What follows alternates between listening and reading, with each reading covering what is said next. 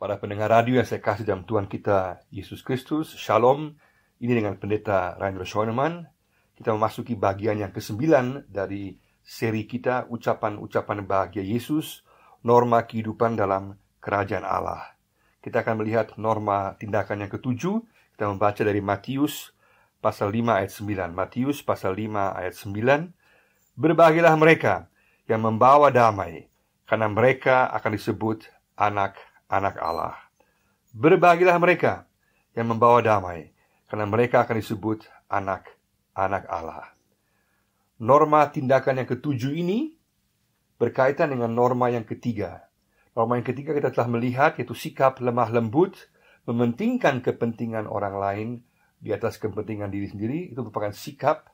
Sekarang kita melihat tindakannya. Tindakannya adalah kita mengupayakan damai dalam kehidupan sehari-hari. Maka norma yang ketujuh adalah mengupayakan damai dalam kehidupan sehari-hari. Orang yang lemah lembut, yang mementingkan kepentingan orang lain di atas kepentingan diri sendiri sesuai dengan ucapan bahagia yang ketiga, sekarang tindakannya adalah dalam norma yang ketujuh, mengupayakan damai dalam kehidupan sehari-hari.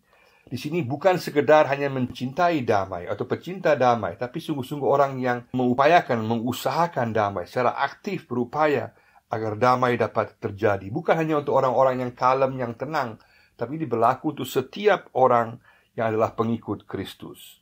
Supaya kita membawa damai ke tengah berbagai macam perselisihan yang ada. Kita tahu di tengah-tengah dunia kita banyak sekali perselisihan, banyak sekali permasalahan, gosip, caci maki, pemfitnahan, dan juga dalam keluarga, antara suami istri, antara orang tua dengan anak, di tengah-tengah juga orang tua dengan tetangga, tapi juga di tengah-tengah jemaat banyak sekali terjadi perselisihan yang tidak ada akhirnya, dan malah bukan semakin membaik, tapi malah semakin memburuk karena semakin saling menjelekkan satu dengan yang lainnya, bahkan sampai bertahun-tahun lamanya.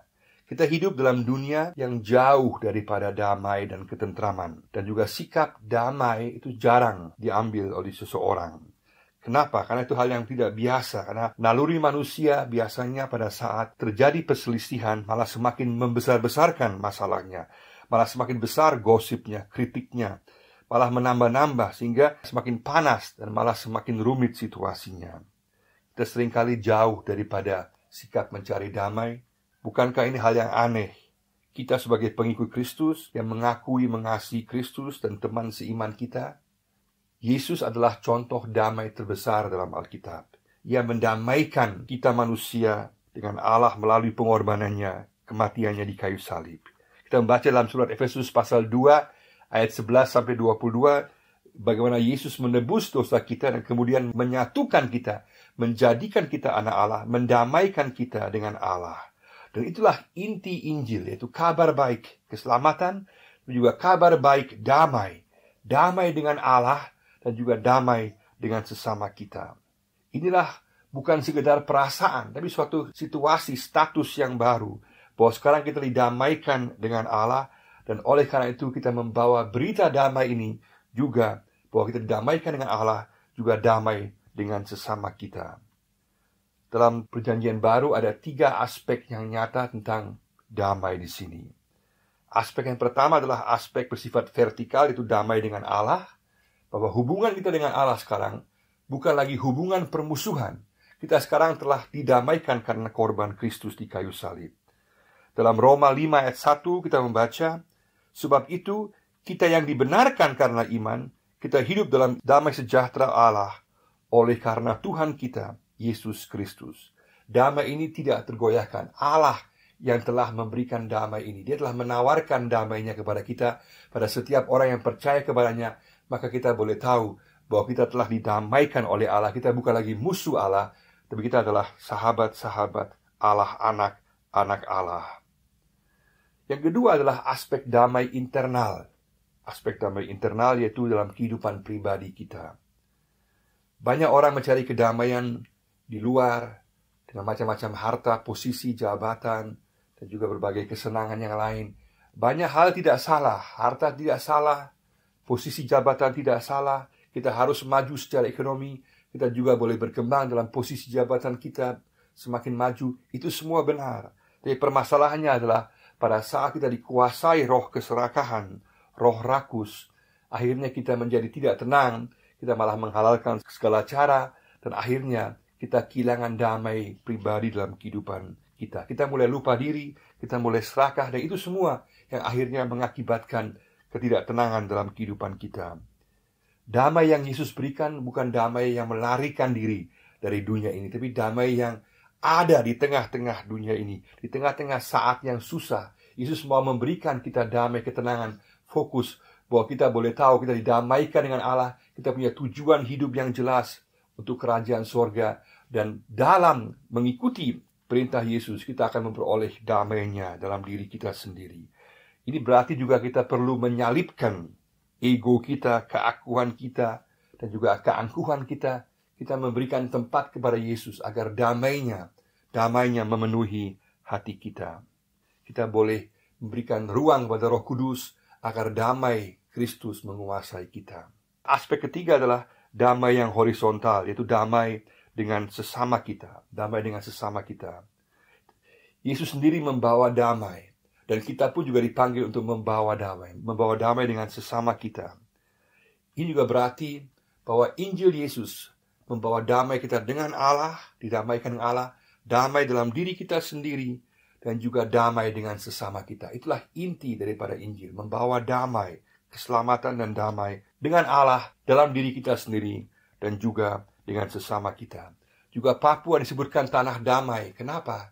Karena memang benar, damai Kristus itulah yang menyatukan suku-suku yang ada tanah Papua ini yang sebelumnya bermusuhan. Tapi damai ini juga harus terus diusahakan, diupayakan. Jangan kita hanya melihat masa lalu saja.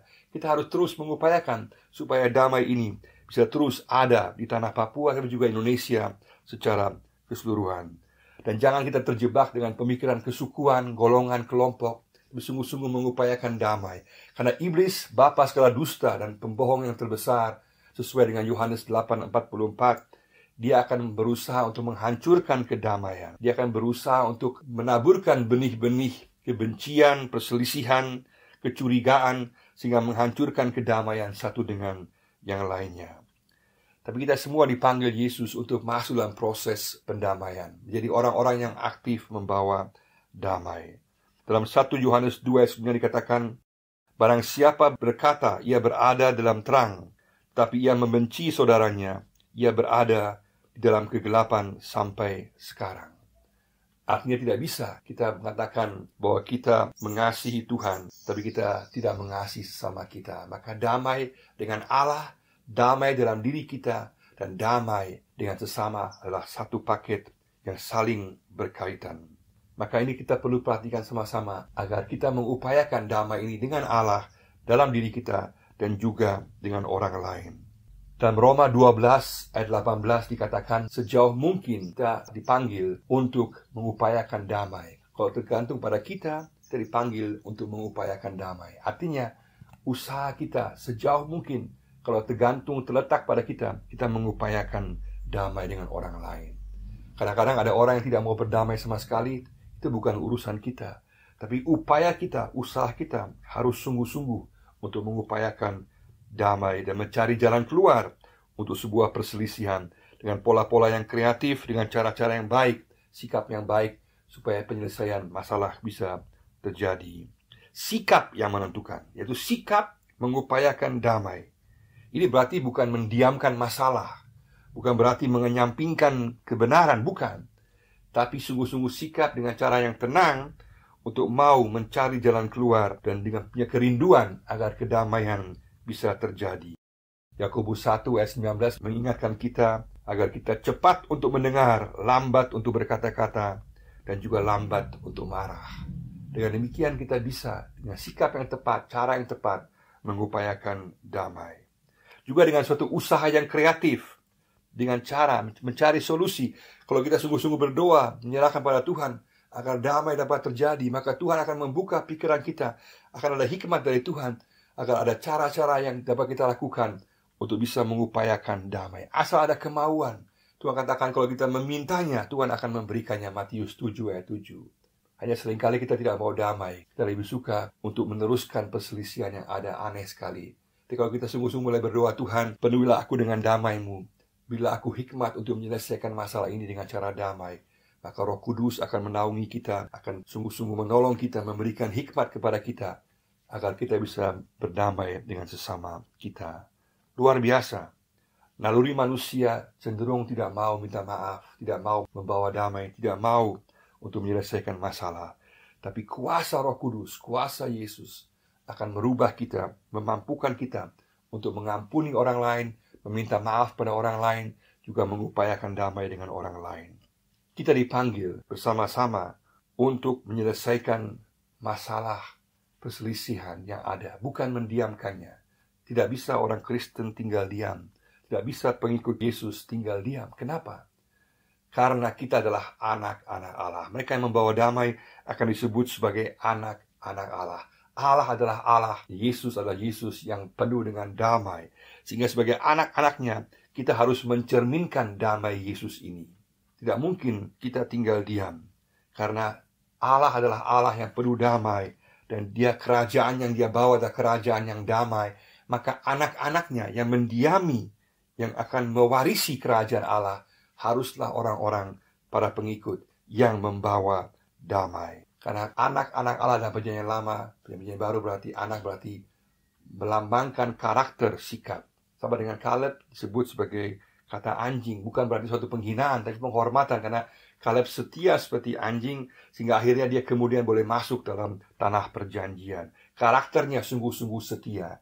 Nama Yesus Yehoshua artinya bahwa dia adalah juru selamat. Allah menyelamatkan, berarti programnya dia menyelamatkan.